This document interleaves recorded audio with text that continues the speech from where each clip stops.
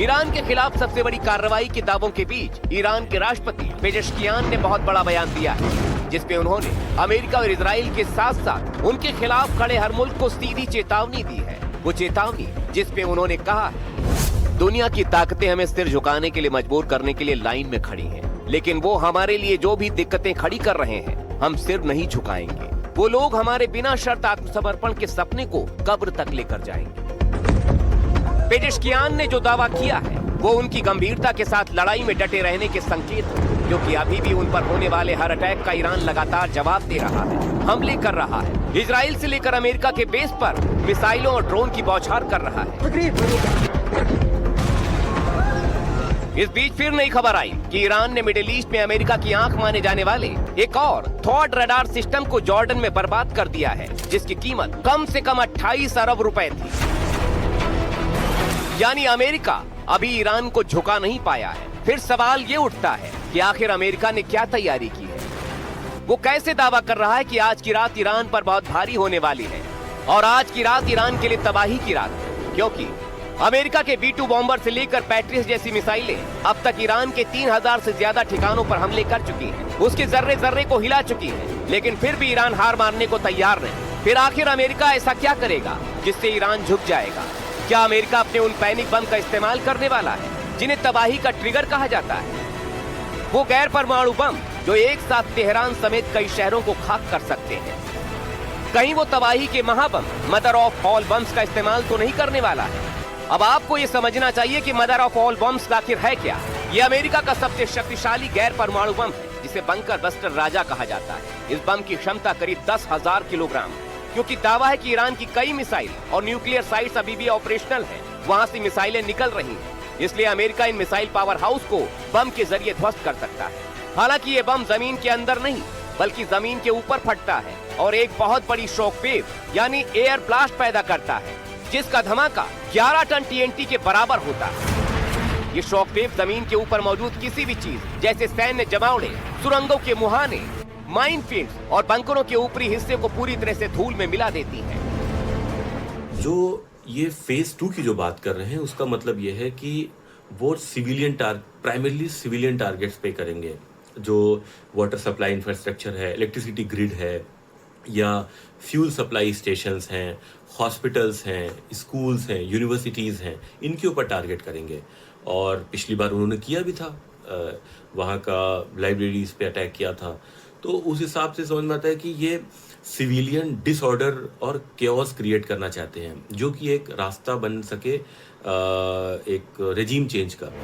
इसके अलावा अमेरिका के पास एक और बाहुबली है। इस महाविनाशक बम का नाम है GBU-57। इसे भी बंकर बस्टर का राजा कहते हैं। 13,600 किलोग्राम का ये बम दुनिया के किसी भी कोने को खत्म कर सकता है। ये बाहुबली बम 200 फीट मिट्टी या 60 फीट कंक्रीट को चीरते हुए अंदर भी जा सकता है, यानी अंडरग्राउंड मिसाइल सिटीज को ये टारगेट कर सकता है।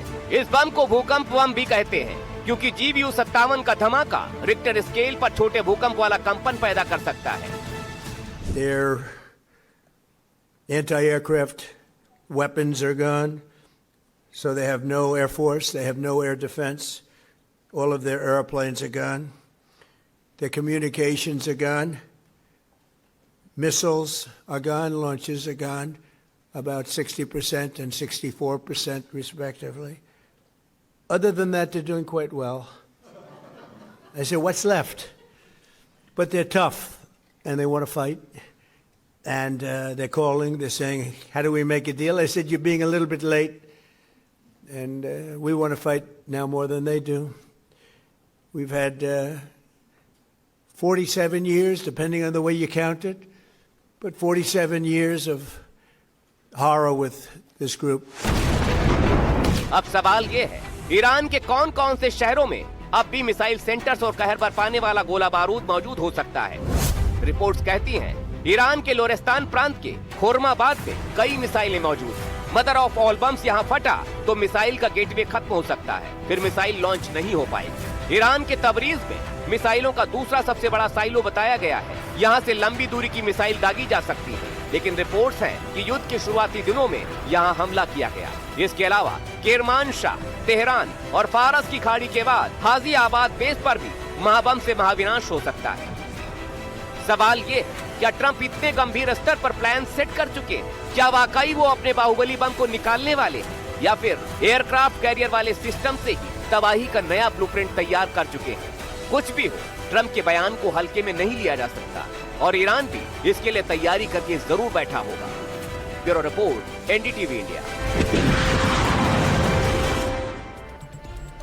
और अभी तक युद्ध में ईरान अकेले लड़ रहा है। वो चारों तरफ के हमले झेल रहा है और पलटवार कर रहा है। हालांकि इन हमलों में उसे बहुत नुकसान हो चुका है। उसके 1200 से ज्यादा लोग मारे जा चुके हैं। लेकिन रूस की तरफ से ईरान को लेकर बड़ी हलचल हुई है। ऐसा दिख रहा है कि रूस ईरान को मदद करेगा, क्योंकि रूस ने ईरान से कहा है कि वो उसके साथ खड़ा है। तो उसके क्या मायने समझे जाएं? क्या रूस के आने से इस पूरे युद्ध का गेम बदलने वाला है, या फिर रूस जंग के मैदान से बाहर ही रहकर कुछ करने वाला है?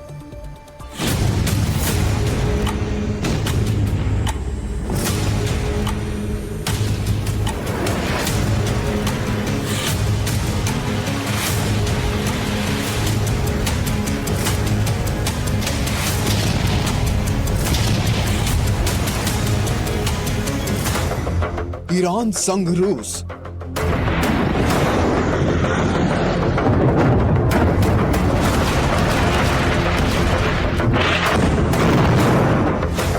ट्रंप पुतिन से मायूस।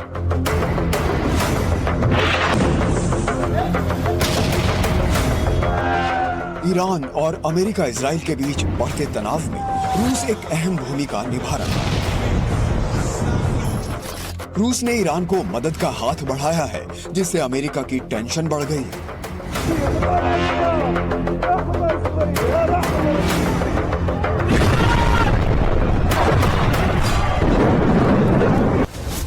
अमेरिकी ठिकानों की सटीक लोकेशन।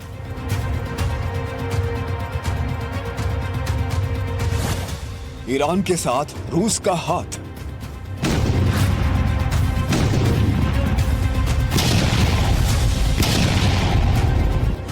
हाईटेक सैटेलाइट से ईरान की मदद।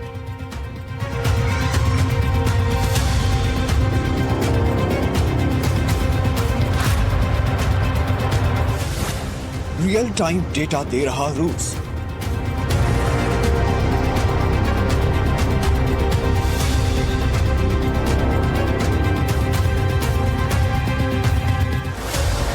इस जंग में रूस ईरान का साथ दे रहा है। सामने आया है कि रूस ईरान को अमेरिकी सैन्य बलों को निशाना बनाने में मदद कर रहा है और इससे जुड़ी खुफिया जानकारी दे रहा है। अमेरिकी युद्धपोतों और विमानों की सटीक लोकेशन ईरान को पता चल रही है। रूस अपनी हाईटेक सैटेलाइट का इस्तेमाल कर ईरान को रियल टाइम डेटा दे रहा है। बीते एक हफ्ते में अमेरिका और इजराइल के हमलों की वजह से ईरान की अपनी निगरानी क्षमताएं कमजोर हुई हैं। इसलिए रूस की ये मदद ईरान के काफी काम आ रही है। कुवैत में जब ईरान ने अमेरिकी सैनिकों को निशाना बनाते हुए ड्रोन से हमले किए तो उसमें 6 अमेरिकी सैनिक मारे गए। ये ड्रोन अटैक बेहद सटीक था। इतनी सटीकता इस बात की तरफ इशारा कर रही है कि ये मदद रूस की खुफिया जानकारी का नतीजा है। पहले ये माना जा रहा था कि रूस इस जंग से दूरी बनाकर रखेगा, लेकिन अब वो खुलकर ईरान का साथ दे रहा है और ईरान का साथ मतलब अमेरिका का विरोध। रूस के राष्ट्रपति व्लादिमीर पुतिन ने ईरान के राष्ट्रपति मसूद पजेश्कियान से फोन पर बात कर समर्थन जताया है। पुतिन ने खामनेई और उनके परिवार की मौत पर गहरा दुख जताया। ईरानी नागरिकों की मौतों पर भी शोक जताया। रूस के राष्ट्रपति ने कहा कि वो खाड़ी सहयोग परिषद के सदस्य देशों के नेताओं के साथ लगातार संपर्क में है।